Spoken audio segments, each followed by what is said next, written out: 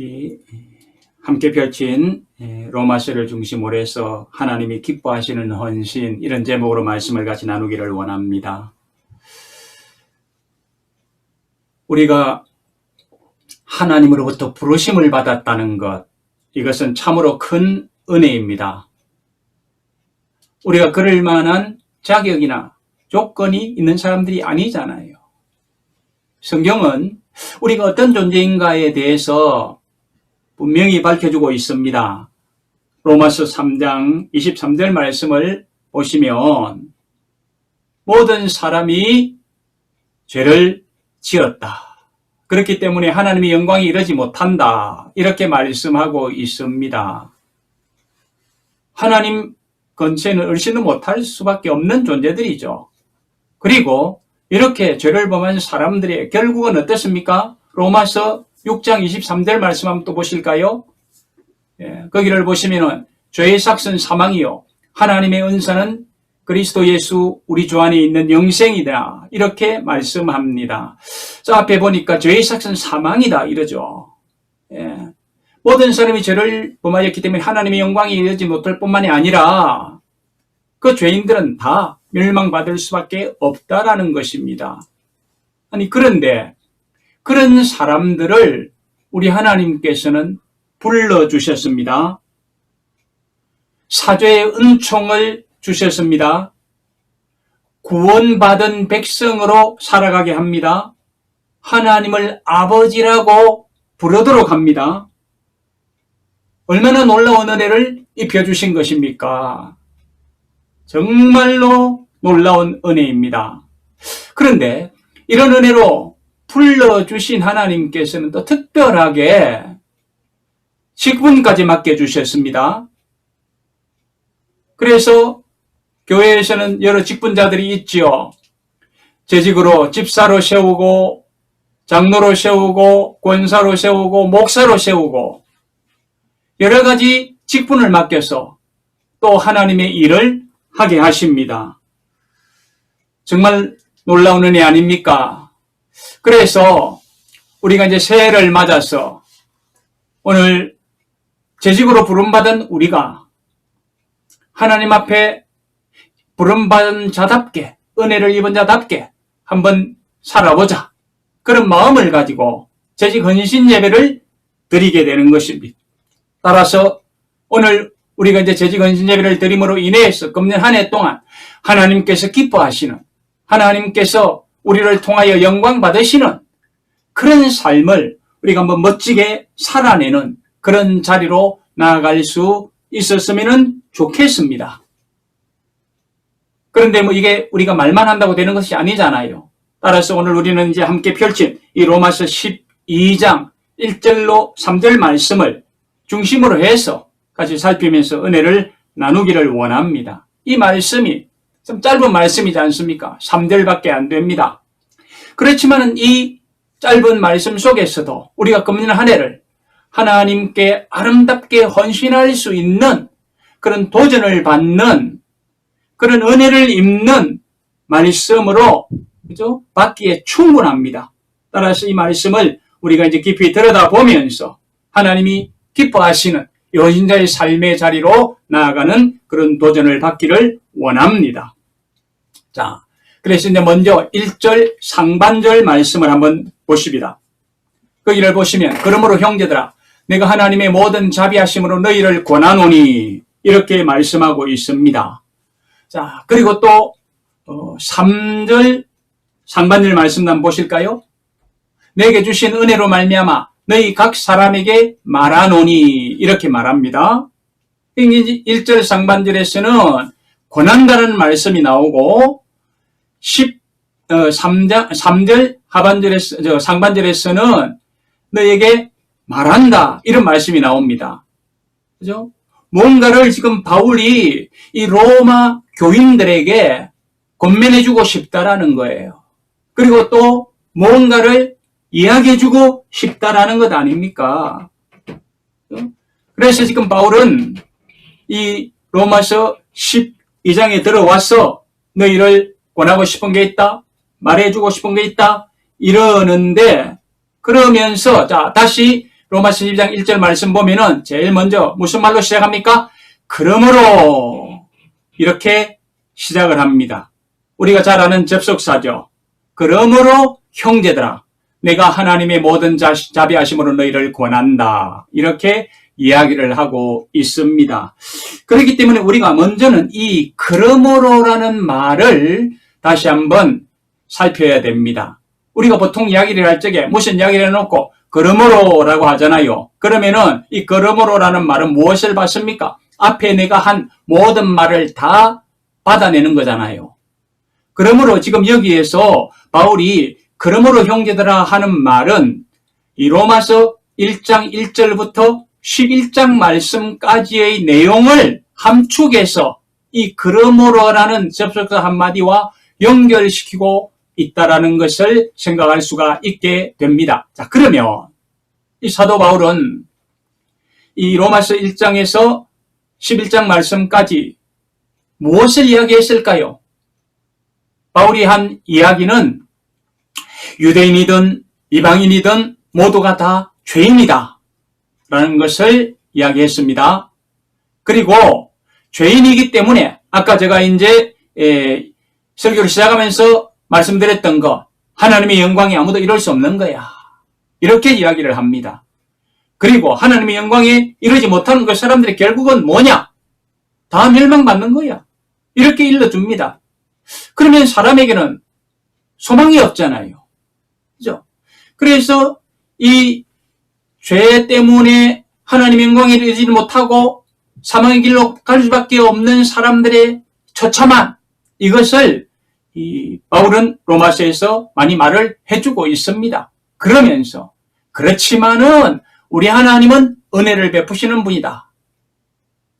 그런 말씀을 소개하면서 인간 측면에서는 죄를 지어서 소망이 없지만 하나님께서는 은혜로 그 죄인들을 구원하신다라는 그런 내용을 이제 이야기를 해줍니다. 그래서 누구를 소개합니까? 아담이 죄를 지은 것을 소개하고 그리고 이제 또 나아가서 아담이 죄를 지어서 모든 사람이 죄인이 되었지만은 예수 그리스도, 둘째 아담이신 예수 그리스도께서는 아담이 죄 지은 것과는 달리 의롭게 살아서 모든 사람들의 의를 대변해주는 그러한 역할을 했다. 이런 말씀을 쭉 이야기를 해주면서 그렇기 때문에 이제 죄에서 해방받을 수 있고 하나님의 은혜로 구원을 받았다. 영생에 이를 수 있다. 이런 내용의 말씀을 쭉 해주고 있는 것을 볼 수가 있습니다. 그런데 이렇게 구원을 받고 은혜를 입고 했지만은 한편으로는 또 어때요? 여전히 이 옛 사람의 성품이 속에 남아있기 때문에 정말로 내가 뭐 멋지게 살아보려고 하는데도 참 그렇게 살아갈 수가 없다. 그렇지만은 예수 그리스도를 계속 의지해라. 계속 의지해서 살면 궁극적으로는 승리가 있을 것이다. 이런 말씀, 이것을 11장까지 쭉 이야기를 해주었던 것을 볼 수가 있습니다.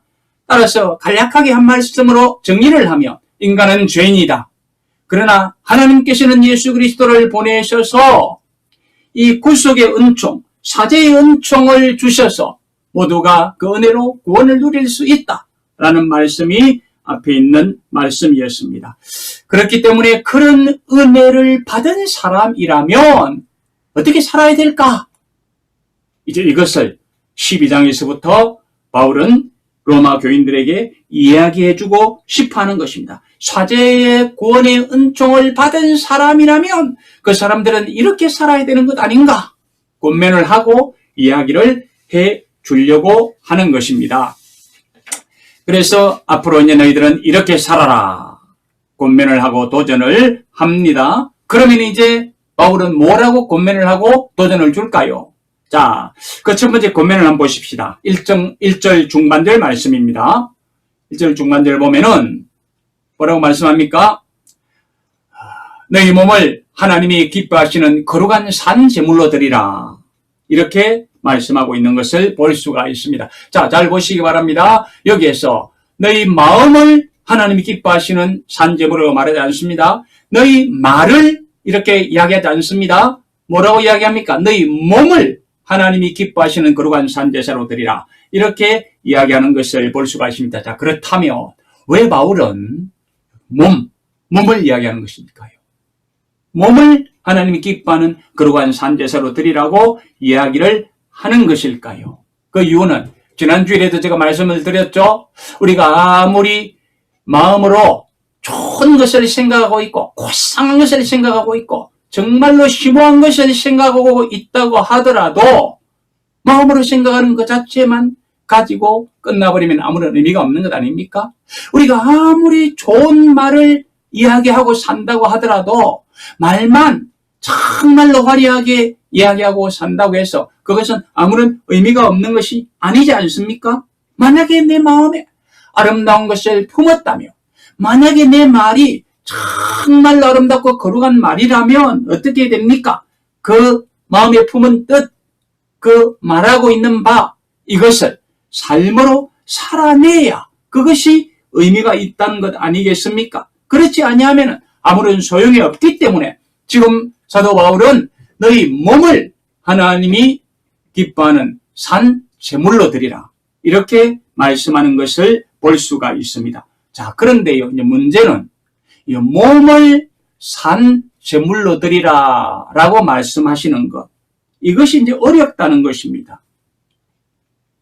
몸을 산 제물로 드린다. 이미 몸을 제물로 드려버리면 그 몸은 죽은 몸입니다. 산 몸이 아니잖아요. 그런데 몸을 산 제물로 드린다. 구약시대 짐승을 잡아서 하나님께 제사하는 방법으로 그렇게 제사하는 것 이것을 지금 바울은 이야기하지 않습니다. 물론 이 교도에서는 가끔씩 사람을 인신제사로 자기네들이 섬기는 신에게 드리곤 합니다만 그러나 하나님께서는 그런 것을 요구하지 않습니다. 그러면 이제 어떤 사람들이 이런 질문을 할 것이죠. 아니 그러면 하나님께서 왜 아브라함에게 이삭을 모리아 산에 그죠? 가서 제물로 드리라고 했습니까? 번제로 드리라고 했습니까? 이렇게 질문할 수도 있습니다. 그런데 사실은 하나님께서 아브라함에게 아들 이삭을 번제로 드리라고 한 것은 하나님께서 인신제사를 받으시기 위해서 그런 말씀을 하신 것이 아니라 아브라함의 믿음을 시험하기 위한 방편으로서 그렇게 말씀하신 것입니다. 그런데 아브라함은 어떻게 합니까? 하나님의 말씀이니까 그냥 그대로 순종하여 이삭을 데리고 모리아 산으로 가가지고 칼을 가지고 잡아서 그저 번제로 드리려고 하지 않습니까? 그래서 칼을 들어 이삭을 내리치려고 합니다. 그러니까 하나님께서 어떻게 했습니까? 급하시잖아요. 하나님은 절대로 그런 제사를 안 받으시잖아요. 그런데 하나님이 아브라함이 그렇게 말씀을 하셨기 때문에 아브라함은 그냥 그대로 믿고 이삭을 잡아서 제물로 드리라고 하는데 이게 하나님이 시험하는 방법이었지 하나님이 이삭을 그렇게 받기를 원하시는 것은 아니었기 때문에 이제 다급해진 것은 하나님이셨고 그래서 하나님께서 급하게 만류하시잖아요. 아브라함아 내 아들 독자 이삭에게 절대로 그렇게 손대지 말아라. 그래서 만류하셨던 것을 볼 수가 있습니다. 하나님은 그렇게 인신제사를 받으시지 않습니다. 그렇기 때문에 구약시대에도 하나님께서는 제사를 드리라고 하면서요. 인신제사를 드리라고 말씀하지 않고 어떻게 했습니까? 사람 대신 짐승을 잡았어. 그 짐승에게 그 사람의 죄를 전가시켜서 제사를 드리라. 이렇게 말씀하셨고요. 신약시대에 와서 예수님께서 인류의 죄를 그냥 계속 하심으로 인하여 이제는 더 이상 그 희생제사도 드리지 않도록 하시지 않으셨습니까? 그러므로 예수님께서 이제 십자가를 지시고 인류의 죄를 대속하고 난 이후에는 더 이상 짐승을 잡아서 희생 제물을 드릴 필요도 없게 되었습니다. 자, 그런데 지금 사도 바울은 뭐라고 이야기를 하고 있습니까? 너희 몸을 산 제물로 드리라. 이렇게 지금 말씀하고 있는 것입니다. 이것 우리가 바로 이해해야 우리가 이제 바로 지금 바울이 권면하는 대로 우리 몸을 산 제물로 드릴 수가 있습니다. 그러기 위해서는 지금 여기서 바울이 이야기하고 있는 이 몸이라는 것 그리고 이 제물이라는 것 이런 것들을 이해를 해야 되는데 가장 중요한 것은 여기에 너희 몸을 산 제물로 드리는 제물이라는 말을 잘 이해를 해야 됩니다. 여기서 제물이라는 것은 헬라어로는 뭐라고 이야기를 하냐면은 뒤시아라고 이야기를 합니다. 뒤시아. 예. 뒤시아라고 이야기를 하는데 이 말은 영어로는요. 잘 아시는 대로 sacrifice, 희생이라는 것입니다. 그래서 바울은 이 희생, 이것을 이제 뭐라고 바꾸느냐 하면은, 자, 이제 지금 보시는 대로 너희 몸을 하나님이 기뻐하시는 거룩한 산 제물로 드리라고 하면서 1절 하반절 말씀을 한번 보실까요? 하반절 말씀으로 보시면, 예. 이는 너희가 드릴 영적 예배니라. 예배라는 말로 바꾸고 있습니다. 이 제물이라는 말, 뒤시아라는 말을 예배라는 말로 바꾸고 있습니다. 라트레이아라는 말입니다. 예. 이렇게 제물, 옛날 우리 개역 한글에서는 이 제물을 제사 이렇게 했습니다. 제사, 그죠? 제물로 드리는 제사 이렇게 우리가 이야기하면 되겠죠, 그죠? 그래서 이 제사를 지금 여기에서는 제물로 바꾸는 것을 볼 수가 있습니다. 그렇기 때문에 어떤 면에서 보면은 제사는 예배다 이런 말로 바꿀 수 있게 되는 것이죠. 물론 엄밀히 따져서 이 제사와 예배는 다르게 이야기를 할 수도 있습니다. 특히 구약과 신약 개념으로 보면 구약 시대에는 이것을 제사라고 이야기를 했고 신약 시대에 와서는 예배라는 용어로 쓰게 되는 것이죠. 이럴 수 있는 이유는 조금 전에 본 대로 다시 한번 보실까요? 이제 그 다음 말씀을 한번 보실까요? 거기에 보면은 그 다음 말씀요. 예, 여기 예배를 드린다는 말은 헬라어로는 프레스큐네오라고 이야기를 하고 있고 이것은 보편적으로 우리가 말한 월십이라고 영어로 표현이 됩니다. 그런데 이 바울이 지금 말하고 있는 이 제물 혹은 제사라는 이 말, 뒤시아라는 이 말은 뭐냐 하면은 이 헬라어로는 예배로 바꿔지잖아요. 그죠? 앞에서는 제사라고 이야기했고 뒤에서는 예배라고 이야기를 했잖아요. 그런데 이 예배는 라트레이아라는 말입니다. 이것을 킹 제임스 버전에서는 뭐라고 번역을 했냐면 서비스라고 번역을 했어요. 월십이라고 번역하지 않고 서비스라고 번역을 했습니다. 그럼 그 서비스라는 의미가 뭡니까? 헌신한다, 봉사한다, 섬긴다 이런 뜻이잖아요. 그렇습니다. 그렇기 때문에 이 진정한 제사, 하나님께서 기뻐하시는 제물로 드리는 제사, 이것은 그냥 무엇을 갖다 드리는 것이 아니라 하나님을 섬기는 것을 이야기하는 거죠. 그것이 바로 뭐냐면은 영적 예배로 나타나야 된다라는 것이죠. 그런 측면에서 지금 사도 바울은 앞에서는 너희 몸을 하나님이 기뻐하시는 산 제물로 드리라 말씀해 놔놓고 나중에 가서는 이것은 너희가 마땅히 드릴 하나님께서 기쁘시게 받을 영적 예배다. 이렇게 말씀을 하고 있습니다. 그리고 또 재미있는 것이 영적 예배라고 했는데요. 여기 보세요. reasonable service라고 되어 있잖아요. 그죠? 물론 다른 성경에서 보면은 spiritual worship이라고도 번역한 데가 있습니다. spiritual service라고 번역한 데도 있고요. 그런데 여기서는 reasonable이라고 합니다. 뭡니까? 하나님께서 받을 만한 그런 봉사, 헌신을 하라라는 것입니다. 대강 정리가 되셨으리라 믿습니다. 자, 그렇다면 사도 바울은 이 멸망받을 죄에서 구원의 은총을 입은 사람들을 향해서 왜 이런 권면을 하는 것일까요? 왜 이런 하나님이 기뻐하시는 헌신, 살아있는 봉사와 헌신을 하라고 바울이 권면을 하는 것일까요? 그 이유는 바울이 보니까 믿는다고 많은 사람들이 이야기를 하고 하나님이 예배한다고 많은 행위를 하는데 그 믿는다는 것, 그 예배하는 행위 이것이 하나님께서 보실 때에 받으시지 않는, 기뻐하시지 않는 그러한 행위가 많이 있더라는 것 아닙니까? 바꿔 말씀드리면 어떤 사람들은 하나님을 섬길 때에 죽은 행실로 섬기고 있더라는 거죠.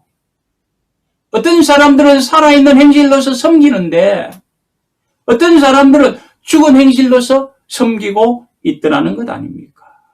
이건 너무나도 차이가 있는 것이죠.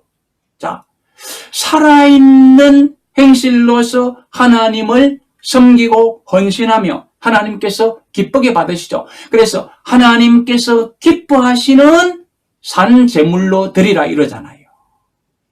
그러나 반면에 살아있지 못하고 죽은 것은 어떻게 돼요? 하나님 기뻐하시지 않으시겠죠. 당연한 것 아닙니까? 그래서 우리가 성경을 보아도 하나님께서는 어떤 예배는 기뻐하시는데 어떤 예배는 기뻐하지 않는 거예요. 가인과 아벨의 예배가 대표적인 예배일 수가 있습니다. 가인의 예배는 하나님께서 기뻐하지 않았어요. 자, 이런 사실을 또 우리가 어디에서 볼 수 있느냐면 이사야서를 통해서도 볼 수가 있습니다. 자, 이사야서 1장 13절 말씀을 보면은 이런 말씀이 있습니다. 헛된 재물을 다시 가져오지 말라. 분향은 내가 가정이 여기는 바요. 월삭과 안식일과 대회로 모이는 것도 그러하니 성회와 아울러 악을 행하는 것을 내가 견디지 못하겠노라. 그리고 그 다음 14절 말씀이 이렇게 말씀합니다. 내 마음이 너의 월삭과 정한절기를 싫어하나니 그것이 내게 무거운 짐이라.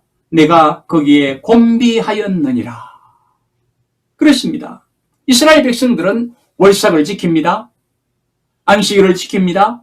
정한절기를 지킵니다. 그러면서 막 제물을 가지고 와가지고 성전에서 하나님을 섬긴다고 제사를 드립니다. 행위는 합니다. 그런데 하나님께서 어떻게 하신다고죠? 그것 보고 너무 역겨워하시는 거예요. 너무 싫어하시는 거예요. 하나님이 너무 내 마음이 무거운 짐이 된다고 말씀하시는 거죠. 내가 너무 피곤하다고 말씀하시는 거죠. 아니, 그들이 왜 월삭을 지키며 안식일을 지키며 정한절기를 지키기 위해서 제물을 갖다가 바칩니까? 그것은 그들이 믿는다고 하는 하나님을 기쁘게 해드리기 위해서 아닙니까? 하나님을 영광스럽게 해드리기 위해서가 아닙니까? 그런데 하나님께서는 뭐라고 반응을 하십니까? 나 그거 너무 싫어. 너무 무거운 짐이야. 너무너무 피곤해. 이렇게 하나님께서 말씀하고 계시더라는 것입니다. 하나님께서 기뻐하시는 예배로 드린다면, 제사로 드린다면 하나님이 절대 그렇게 말씀하시지 않으시겠죠. 그러나 하나님이 기뻐하시지 않는 그런 헌신을 하기 때문에 하나님께서는 그렇게 말씀하시는 것입니다. 그래서 피곤하다, 역겹다, 싫다. 그러면서 뭐라고 말씀하십니까? 다시 이사야서 1장 13절 상반절 말씀 한번 보십시다. 헛된 재물을 다시 가져오지 말라. 다시 가져오지 말라. 이렇게 말씀하시는 것을 볼 수가 있습니다. 그 영어 표현 아주 재미있잖아요. Stop bringing meaningless offerings. 이렇게 이야기하고 있는 것을 볼 수가 있습니다. 그러므로 우리는 죽은 봉사와 헌신이 아니라 이왕에 하나님을 섬긴다고 하고 시간을 내고 물질을 드리고 봉사하고 하면은 이것은 어떤 헌신이 되어야 됩니까? 하나님이 받으시는, 하나님이 기뻐하시는 제사가 되고 하나님이 기뻐하시는 영적 예배가 되도록 살아야 된다라는 것입니다. 그럴 때 우리에게도 유익이 있잖아요.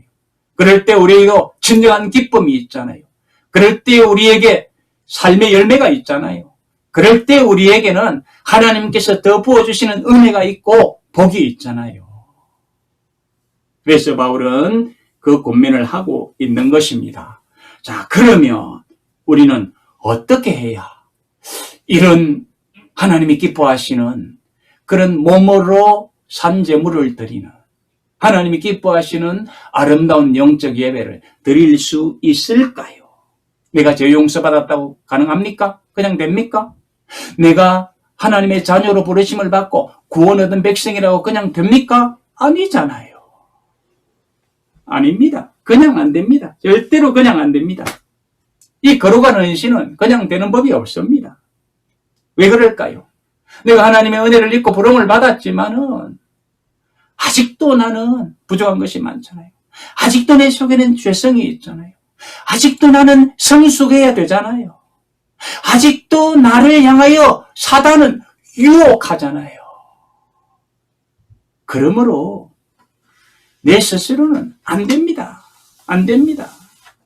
그래서 사도 바울은 만약에 너희들이 부름을 받고 하나님의 자녀가 되고 구원을 받고 은혜를 입었고 또 그렇다고 한다면은 그리고 몸으로 산 제물이 되는 그런 삶을 살고 싶어 한다면 우선 이렇게 해라 라고 권면을 합니다. 자, 본문 2절 상반절 말씀 보시기 바랍니다. 여기 보면은 너희는 이 세대를 본받지 말라. 먼저 권면을 해주고 있습니다.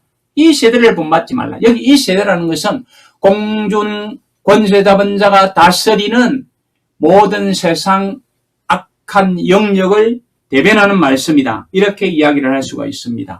자, 공중 권세 잡은 자가 다스리는 그 영역은 하나님께서 통치하시는 그 영역을 박살내려고 대적하는 그런 영역 아닙니까? 그러므로 그 세력들은 하나님의 적대 세력입니다. 이 하나님의 적대 세력이 통치하고 있는 그 세속에 빨려들어가지 말라는 것입니다. 그러면 절대 하나님이 기뻐하시는 그런 산 제물이 될 수가 없다라고 말씀을 하시는 것입니다. 너무나도 당연한 것 아니겠습니까? 그러므로 사도 바울은 만약에 하나님 앞에서 몸으로 살아있는 제물되게 영적 예배를 드리기를 원한다면 절대로 이 세대는 본받지 말아라. 이렇게 이야기합니다. 여기 이 세대를 본받지 말라는 것은 이 시대를 살면서 시대의 감각에 뒤지게 살아라 이런 말이 아닙니다. 이 세상은 타락하여 정말로 여러 가지 면에서 우리가 거부해야 될 것이 많이 있습니다. 근신해야 할 것이 있습니다. 우리가 멀리해야 할 것이 있습니다. 그죠? 우리가 경건하기 위해서는 불의를 일삼지 않기 위해서는 피해야 할 것들이 많이 있습니다. 그런 것들을 배제하며 살아가라는 것입니다. 거기에 우리가 마음을 두지 말라라는 것입니다. 다르게 말씀드리면 이 시대의 조류를 따라서 살아가지 말라라는 것입니다. 이 시대의 조류를 따르고 유행을 따르며 분명히 그 사람은 거기에 휩쓸려서 하나님이 기뻐하시는 그러한 거룩한 영적 예배, 산제물되는 그런 삶을 살 수가 없기 때문입니다. 그러므로 이 세대는 본받지 말아라라고 이야기를 하면서 자 2절 중반절 말씀 보시기 바랍니다. 뭐라고 권면하느냐면은 오직 마음을 새롭게 함으로 변화를 받으라 이럽니다. 자, 앞에서는 말라라고 했죠. 거부하라고 했죠. 버리라고 했죠. 그러면서 이제 여기에서는 뭐라고 말합니까? 취하라고 하잖아요. 그죠? 오직 마음을 새롭게 함으로 변화를 받아. 분명히요, 우리가 뭔가를 새롭게 하려면 먼저 버려야 됩니다. 먼저 버리지 않고 다른 것을 받으면은 다른 새로운 것을 받는 것도 오염됩니다. 그렇잖아요. 맑은 물을 붓는데 그 그릇 안에 오염된 물이 있으면 아무리 맑은 물을 부어야 소용이 없습니다. 맑은 물을 맑게 담으려면은 먼저 그릇에 더러운 모든 것들을 다 비워버려야 되는 것입니다. 그래서 이 세대를 본받지 말라고 하는 거예요. 그리고 나서는 이제 오직 마음을 새롭게 함으로 변화를 받으라는 것입니다. 자, 그러면 이제 문제는 어떻게 마음을 새롭게 함으로 변화를 받을 수 있느냐라는 거잖아요. 거기에는 세 가지 비결이 있습니다. 먼저는 성령 의지해야 되는 거예요. 내 마음대로 안 되니까. 둘째는 우리가 기도해야 되는 거죠. 셋째는 하나님의 말씀 붙들어야 되는 거죠. 그것 아니면은 전혀 방법이 없습니다. 그래서 하나님께서는 성령을 우리에게 보내주셨습니다. 그래서 하나님께서는 기도하는 방편을 우리에게 주셨습니다. 그래서 하나님께서는 우리에게 말씀을 주셨습니다. 그것으로 인해서 우리의 마음이 새로워지고 우리가 변화를 받을 수 있게 되는 것입니다. 따라서 마음의 변화를 원하는 사람들은 성령을 의지하고 기도하면서 말씀 붙들고 선지자적인 시각을 가지고 살아갈 때에 우리의 마음이 새로워지고 우리의 마음에는 변화가 일어납니다. 우리 마음은 정말로 만물보다 부패한 것이 사람의 마음이라 했잖아요. 절대적으로 새로워져야 됩니다. 그래야 변화가 됩니다. 그래야 세상 것을 구별하고 거기에 휩쓸리지 않고 살아갈 수가 있습니다. 그렇지 아니하면 방법은 없습니다. 그렇지 아니하면 우리는 세상 조리를 따를 수밖에 없습니다. 그러나 마음을 새롭게 하여 변화를 받으면 우리가 이 시대의 조리를 따르지 않고 살아갈 수가 있습니다. 그렇게 되면은 어떻게 한다고요? 자, 그 다음 2절 하반절 말씀 한번 보시기 바랍니다.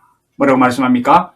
하나님의 선하시고 기뻐하시고 온전한 뜻이 무엇인지 분별하도록 하라. 그렇습니다. 우리의 마음에 새로움이 임하고 변화가 일어나면 우리가 보이는 시선이 달라집니다. 생각이 달라집니다. 하나님이 선하시고 기뻐하시고 온전한 뜻을 알게 됩니다. 분별하게 됩니다. 그렇게 살아가라고 이야기를 합니다.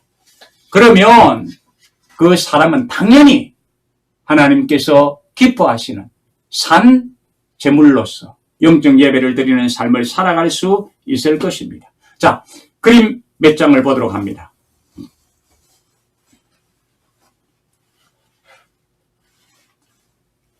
자, 여러분들이 잘 아시는 그림입니다. 뭡니까? 이 밀레 만종입니다. 밀레 만종이죠. 자, 그 다음에 뭡니까? 이삭 줍는 사람. 자, 그 다음에 봅니다. 씨 뿌리는 사람. 다 밀레가 그린 것이죠. 하나만 더 봅니다. 양치는 사람. 저런 그림들은 시가를 매길 수 없을 만큼 고가의 작품 아닙니까? 그런데 이 프랑스와 밀레가 저런 그림을 그냥 그린 것이 아닙니다. 이 밀레는 참 가난한 가정에서 태어났습니다. 그래서 너무 가난해서 빨리 좀 돈을 벌었으면 좋겠다는 그런 이제 유혹이 있지 않았겠습니까? 그래서 어떻게 했냐면은 가장 빨리 돈을 많이는 못 벌지만은 대강 그래도 벌 수 있는 방법이 뭐냐니까 그냥 누드화를 그리는 것이었다고 합니다. 그래서 이제 보편적인 그런 이제 일로 이 밀레도 너무 힘드니까 누드화를 그려가지고 그 생활 공간에 좀 벗어나고 싶다 하는 마음으로 이제 누드화를 그렸습니다. 그러던 중에 어느 날 우연히 자기가 그림을 보고 어떤 건장한 두 사람이 이 맥주잔을 들고 막 마시면서 음란 패설을 하는데 도저히 그들이 말하는 그 이야기를 들어줄 수 없더랍니다. 얼마나 그들의 모습이 추하게 보였던지 거기서 아주 결단을 했다는 것 아닙니까? 나 다시 저런 그림 안 그리겠다. 그래서 마음을 새롭게 가다듬었습니다. 그 마음의 변화를 받았습니다. 그렇게 결단해가지고 이제 그림을 그리기 시작합니다. 내가 비록 지금은 무명인으로서 배고플지라도 나 시대의 조를 따르지 않는다. 돈 버는 것도 좋은 일이지만 나는 그것보다는 좀 더 보람되게 인간미 있는 그런 그림을 그리리라. 그래서 이제 작품의 소재를 무엇으로 택하게 되느냐면 이 농가, 농민 이런 사람들을 작품의 소재로 선택을 한 것입니다. 그래가지고 그것을 이제 화폭에 하나씩 둘씩 담기 시작을 합니다. 그런데 그 일이 결국은 이 밀레를 어때요? 농부의 화가라는 별명을 얻게 했고 그리고는 그의 그림이 정말로 시가를 매길 수 없을 정도로 고가의 작품으로 이렇게 명작이 되게 만들지 않았습니까? 그렇습니다. 변화를 받은 사람은요 위대한 일을 합니다. 밀레뿐이겠습니까? 제가 자주 말씀드리는 존 뉴턴 노예 선장이었잖아요. 노예 선장이었습니다. 그런 사람이 변화를 받았습니다. 어떻게 됐습니까? 그래서 그가 40세 때에 신학을 하기 시작했고 목사가 됐습니다. 그래서 정말로 나 같은 죄인 살리신 그 은혜 참 놀랍다. 지금 교회에서 가장 많이 애창되는 찬송가, 그 찬송시를 썼지 않았습니까? 조지 밀러는 어떻습니까? 노아의 아버지라고 불리는 조지 밀러. 그는 고아의 아버지라고 불렸습니다. 고아의 아버지라고 불리던 이 조지 밀러, 그것도 참 불량아였습니다. 불량아였는데 그도 하나님 말씀을 의지하고 성령 의지해서 마음의 변화를 받았습니다. 이렇게 살아서는 안 된다. 그래서 마음의 변화를 받고 보니까 누가 보입니까? 불쌍한 고아들이 보이는 것입니다. 그래서 일생을 그렇게 살기로 결심을 하고 그들을 보살핀 결과 오늘 그의 별명이 고아의 아버지, 이렇게 불리는 것 아닙니까? 그리고 그는 그 고아들을 위해서 일하면서 기도했는데 적어도 5만 번 이상 기도의 응답을 받았다는 것 아닙니까? 자, 오늘 본문 말씀으로 권면을 하고 있고 가르치고 있는 바울은 어떻습니까? 그도 처음부터 그렇게 위대한 사람이었습니까? 아니지 않습니까? 자, 디모데전서 1장 13절 말씀을 보시기 바랍니다. 바울 자신이 스스로 자신을 고백합니다. 뭐라고 말합니까? 내가 전에는 비방자요, 박해자요, 폭행자였으나 도리어 긍휼을 입은 것은 내가 믿지 아니할 때에 알지 못하고 행하였습니다.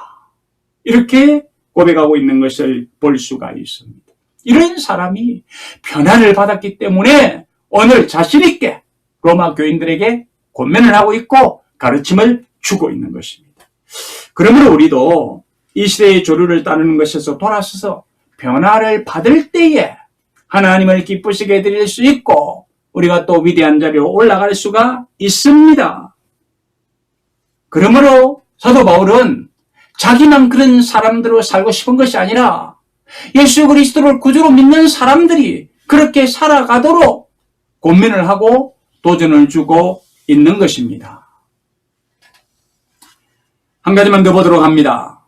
자, 이렇게 하나님의 부르심을 받고 은혜로 구원받고 마음이 이제 새로워졌습니다. 그래서 산저물이 되는 삶을 살기로 결단합니다. 영적 예배를 드려서 하나님을 기쁘시게 드리는 삶을 살려고 이제 결단을 합니다. 그러면 또 어떤 자세로 살아야 될 것인가? 이것을 바울이 또 가르쳐 주기를 원합니다. 그래서 3절 말씀만 보시기 바랍니다.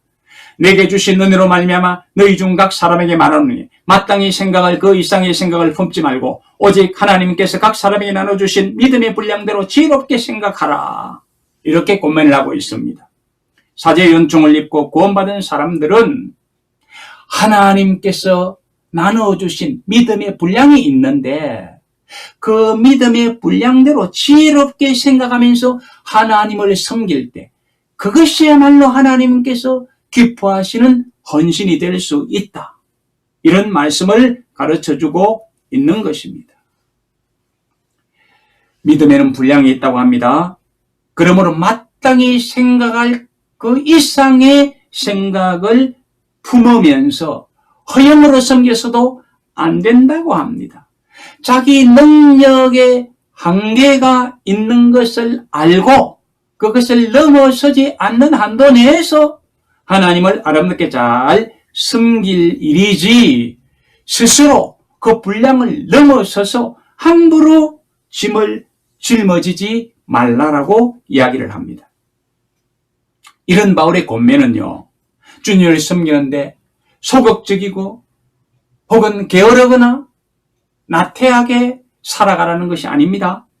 왜냐하면 여기 마땅히 생각할 바를 생각하라 이렇게 말씀하고 있기 때문입니다. 여기 마땅히 생각할 바가 뭡니까? 자신의 처지, 자신의 입장, 자신의 조건, 그거 생각하라는 것 아닙니까? 그죠? 그렇기 때문에 어떤 면에서 보면은 자기가 감당할 수 없는 것인데도 하겠습니다. 이래서도 안 되고, 충분히 감당할 수 있는데도 못하게 되고 빼서도 안 되고 소극적이어서도 안 된다라고 바울이 가르치고 있는 것을 볼 수가 있습니다. 그러므로 우리는 하나님께서 주신 믿음의 분량대로 지혜롭게 생각하면서 하나님이 기뻐하시는 산 제물로서의 삶을 살아가야 할 것입니다.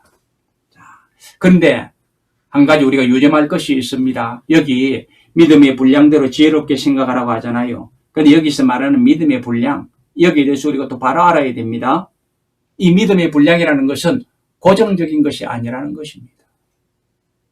어떤 사람은 지금은 믿음의 분량이 적고 작은데 갈수록 그 분량이 커질 수 있다는 것입니다. 어떤 사람은 믿음의 분량이 지금은 큰 것 같은데 나중에 갈수록 작아질 수도 있다는 것입니다.